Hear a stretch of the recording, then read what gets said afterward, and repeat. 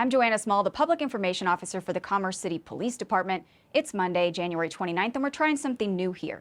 This is your weekend high, or lowlights, which we've been posting on our social media platforms most Mondays. This is simply a video version of that, the most significant incidents your CCPD patrol officers responded to over the weekend, but now we can include some visuals like body camera footage as well as pictures. So here it goes. We responded to 278 total calls for service, made 53 traffic stops, and it was a particularly busy weekend for violent felony crimes and arrests. We're going to work our way backwards here.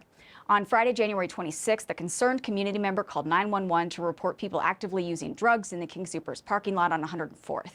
When officers arrived, we found one man and a dog inside the vehicle. We also located drugs and drug paraphernalia.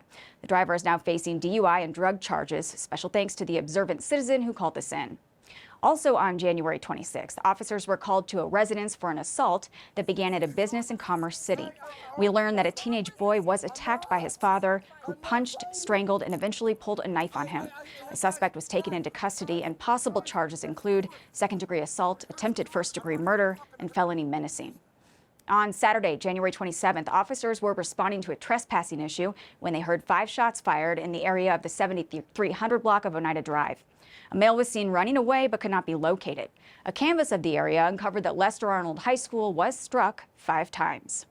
Again on the 27th, officers responded to a fight between juveniles in the 6200 block of Jasmine Court. One girl was armed with a knife and struck and cut the other girl.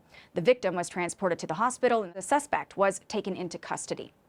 Also on the 27th, we were called to a physical domestic violence incident in the 12,000 block of Jasper Street. And due to our officers being tied up on a number of other calls, Brighton police responded to assist us. The suspect became uncooperative and struck one of the Brighton officers multiple times. He then deployed pepper spray to control the suspect. The suspect is now facing the original charges for domestic violence, as well as second-degree assault on a peace officer charges. And finally, on January 28th, officers responded to reports of a second-degree assault at the King Soopers on 104th, where a woman claimed she was placed in a chokehold and was accused of stealing.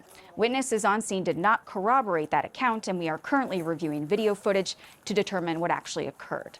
That's all for now. Have a safer week, Commerce City, and remember, if you need us, we are always just minutes away.